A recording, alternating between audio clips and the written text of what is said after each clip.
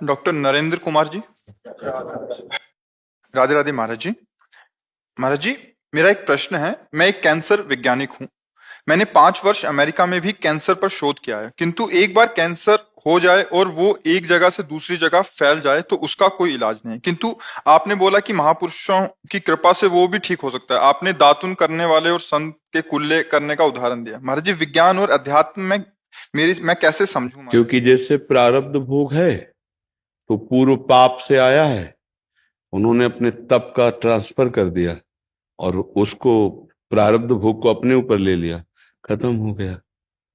अब ये सामर्थ्य तो अध्यात्म में है, विज्ञान में तो है नहीं ना। हाँ, जैसे आप अज्ञान से युक्त होकर के विषयों में विचरण कर रहे हैं और संत ने कृपा दृष्टि से देख लिया और संकल्प किया इस जीव का उद्धार हो जाए, तो आपकी चेतना में परिवर्तन आने लगेगा। आपको साधु संग अच्छा लगने लगेगा, भगवान का नाम अच्छा लगने लगेगा, दूसरों की भलाई करना अच्छा लगने, पाप से घृणा होने लगेगी। ये स्वयं से नहीं हुआ, ये संत कृपा से हुआ। कृपा से कुछ भी हो सकता है। आप अपनी संपत्ति का ट्रांसफर कर सकते हैं ना, किसी को कर सकते हैं ना। तो भजन रूपी संपत्ति का ट्रांसफर जब किसी के ऊपर कर दिया जाता है तो उसके पाप को अपने में ले लिया जाता है। ये संकल्प शक्ति महात्माओं में होती है। देखो, विज्ञान हमारे शास्त्रों से निकला कोई अलग नहीं है, बिल्कुल समझ लेना।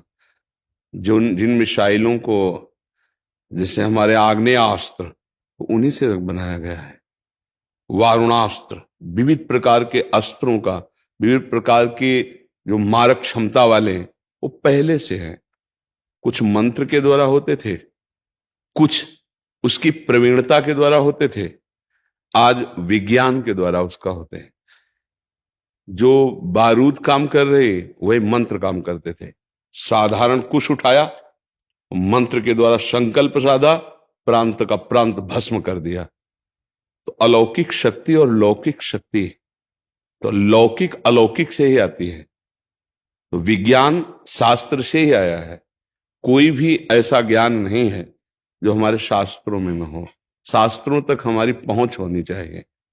आखिरकार इनके अंदर विज्ञान क्यों नहीं आ गया, डॉक्टरी का आपके अंदर क्यों आया? तो भगवान ने दिया, आप यही बोलोगे ना।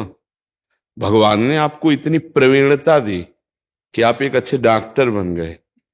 इनके कर्म के अनुसार इनको प्रवीणता दी कि ये किसान है, एक को प्रवीणता दी कि घर संभाल नहीं पाता, और एक को प्रवीणता दी पूरे राष्ट्र को संभाल रहा है। ये भगवत प्रदत्त होता है, ये भगवान का दिया हुआ ज्ञान होता है। कैसे देते हैं? तो भेद क्यों करते हैं? समोहम सर्वभूतेषु, वो तो सबके प्रति समान भाव रखते हैं। हाँ, उसने पूर्व में तपस्या की, पूर्व में तप संचय किया, तो भगवान ने उसे योग्य बना दिया कि पूरे भारत की सेवा करो। उसने अपने पापों का संचय किया तो भगवान ने दिखा दिया कि देखो, तुम्हारे पाप का परिणाम है कि तुम अपने आप को भी नहीं संभाल सकते हो, खुद डिप्रेशन में पहुंच रहे हो। ये आध्यात्मिक को जब आप समझेंगे तो कोई आश्चर्य नहीं है, कोई आश्चर्य नहीं है। आपकी परम गति आप करना चाहें तो बहुत जन्म लग सकते हैं। अगर कोई भगवत प्राप्त महापुरुष कृपा कर दे तो दिनों में आपको अनुभव होने लगेगा कि हम अध्यात्म की कितनी ऊंचाई पर चढ़ गए। कोई अरब खरबपति हमको अगर अपना पैसा ट्रांसफर कर दे तो अभी अरब खरबपति हो गए। ऐसे भजन का ट्रांसफर होता है। संतों का स्वभाव होता है ऐसा। बहुत हट करके जब कोई, तो फिर उस पर करुणा उनकी, पहले तो टालते हैं फिर करुणा प्रकट हो जाती है। भगवान अपने वचन भले विसार दें लेकिन भक्त के वचन पूर्ण करते हैं। ये हमारे भगवान का स्वभाव और प्रभाव है। कोई सृष्टि का ऐसा विषय जो व्यक्ति से संचालित हो रहा हो, आप विज्ञान के द्वारा प्रमाणित करेंगे, ईश्वर के द्वारा संचालित हो रहा है। आप उसे घटनात्मक रूप लेकर के केवल क्रिया की व्याख्या कर सकते हैं, कारण की व्याख्या नहीं कर सकते। ज्वार भाटा आया, एक क्रिया है, क्यों आया तो उसको बताया ऐसे से ऐसे ऐसा हो, लेकिन ऐसा क्यों हुआ, उसका कारण तो बोलेगी ईश्वर। मानते हो ना? हर घटना, हर परिस्थिति, हर प्रकृति का जिसने सृजन किया है वही इसका कारण है। अगर थोड़ी भी श्रद्धा रखा जाए तो स्पष्ट समझ में आएगा कि कारण, अगर कारण तत्व चाहे तो सारे अपराध क्षमा कर सकता है और अभी निष्पाप कर सकता है। वो कह रहे हम तो हम सर्व पापेभ्यो मोक्षयिष्यामि मा शुचः। कई बार उदाहरण दिया, बार बार उदाहरण देने से समझ में आ जाए इसलिए कहते हैं। मुकदमा में हम हार गए, हमें फांसी की सजा हुई, लेकिन एक गुंजाइश है, राष्ट्रपति क्षमा कर सकता। अब इसमें चमत्कार क्या है? वो राष्ट्रपति है, उसका अधिकार है। ऐसे ही डायरेक्ट राष्ट्रपति से अगर हमारा संबंध नहीं बन पा रहा है तो राष्ट्रपति का कोई प्रियजन हो जो मेरी बात उन तक पहुंचा दे, उनकी बात मेरी तक, वो संत जन है। अखिल कोटि ब्रह्मांडों के अधिपति भगवान है। आपकी प्रार्थना में और संत की प्रार्थना में अंतर हो सकता है, तो जब दोनों मिलकर प्रार्थना करें तो चमत्कार प्रकट हो जाएगा। भगवान का अवतार भी प्रार्थना से ही होता है, तो दुर्लभ नहीं है। विज्ञान एक क्रिया को देखती है, अध्यात्म क्रिया और कारण दोनों को देखता है। अंतर इतना है, विज्ञान एक क्रियात्मक वस्तु। आप चंद्रलोक चले गए, लेकिन चंद्रलोक की रचना किसने की? आपको पावर किसने दिया? आपको साहस किसने दिया? आप मृत्यु को भुलाकर उसका अनुभव करने जा रहे हैं, पता नहीं लौट के आए कि ना आए। ये बल किसने दिया? विज्ञान ने नहीं, ये भगवान ने दिया। आप सोचो, ऊंचाई से नीचे देखने में सैकड़ों ऐसे होंगे जिनको डर लगता है, उनको ये बल दिया कि पूरा ब्लास्ट भी हो सकता है, आपके छिछड़े भी उड़ सकते हैं, पता भी नहीं चलेगा कि आप कहां किस प्रांत में गिरे, और वो साहस कर ये भगवान बल देते हैं। तो हमें लगता है कि थोड़ी भी श्रद्धा की जाए तो पता चल जाता है। जैसे आप डॉक्टर हैं, आपसे हाथ जोड़ के कहें आप बचा लीजिए, तो आपका एक उत्तर होगा, अगर थोड़े भी आस्तिक हैं, कि देखो मैंने जितना पढ़ा है, जितना मेरे में बुद्धि है, पूरा प्रयास करूंगा, लेकिन बचाना ना बचाना कहना पड़ेगा आपको ना।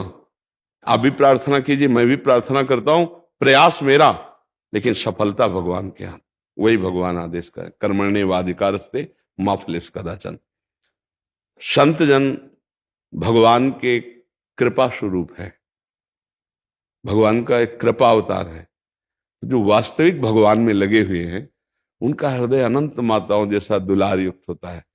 हर प्राणी को ऐसे प्यार करते हैं जैसे हमारा ही प्रियजन हो।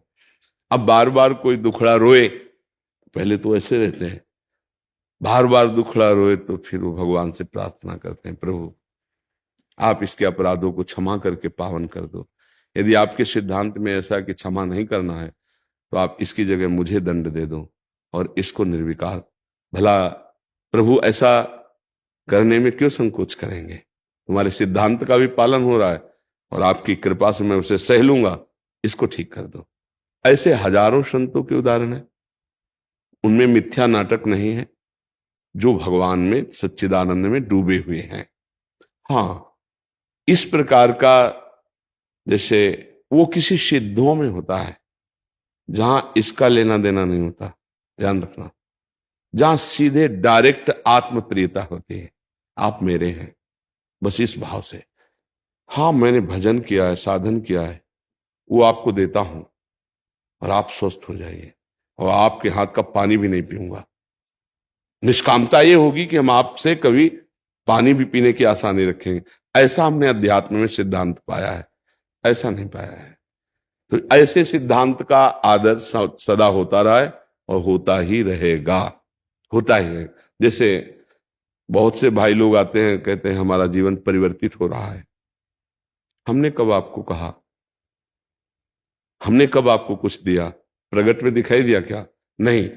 वो साल भर बाद आते हैं हमारे पास, कह रहे हैं हमारा जीवन परिवर्तित हो गया। क्या हुआ? क्या? अगर आपसे हमारी सकामता हो तो ये बात नहीं हो जाएगी। आप आए और कुछ मुझे दें, कभी परिवर्तन नहीं होगा। और जब हृदय से ये है कि मेरे जीवन की सार्थकता यही है कि हमारा राष्ट्र सुखी हो जाए, हमारा विश्व सुखी हो जाए, तो दीपक में जितना तेज हो उतना प्रकाश करेगा, हाइलोजन में उतना प्रकाश करेगा। ऐसे जितना जिसने भजन किया है उतना प्रकाश होता चला जाए। इसमें कोई आश्चर्य की बात नहीं होती। समझ में आए?